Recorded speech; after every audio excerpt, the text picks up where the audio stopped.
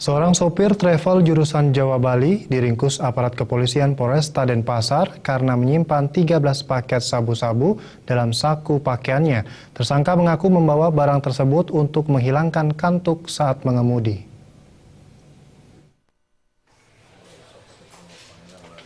Polisi meringkus tersangka berinisial Pur yang kesehariannya sebagai sopir travel jurusan Jawa Bali. Petugas meringkus pria 37 tahun tersebut di tempat kerjanya Jalan Mahendra Data, Denpasar.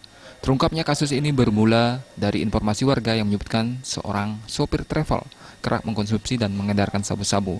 Atas informasi tersebut, polisi melakukan penyelidikan dan pengembangan ke kantor travel tersebut. Tak lama kemudian datang sebuah mobil travel yang dikemudikan tersangka.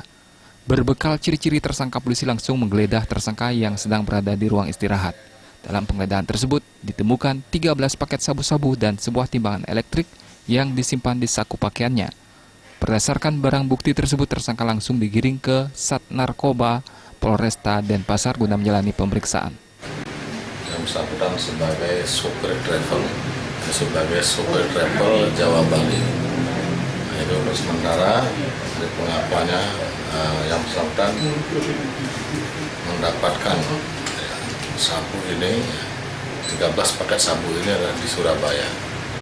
Menurut pengakuan Pur, sabu-sabu tersebut didapat melalui seseorang dengan cara menempel di sebuah tempat. Barang haram tersebut dikonsumsi sendiri untuk menghilangkan rasa kantuk selama mengemudi. Tersangka mengkonsumsi barang terlarang tersebut di SPBU saat melakukan pengisian BBM. Terus kalau nyopir itu gimana? Rasa gimana? Nggak berbahaya? Enggak. Lebih fit rasanya? Kamu udah tahu bahaya itu? Ya, bahaya menggunakan sabu tuh saat nyopir itu kan? Pur kini mendekam di balik trali besi dan tidak bebas pergi ke Pulau Jawa karena harus mempertanggungjawabkan perbuatannya. Rai Suwantara, Bali TV.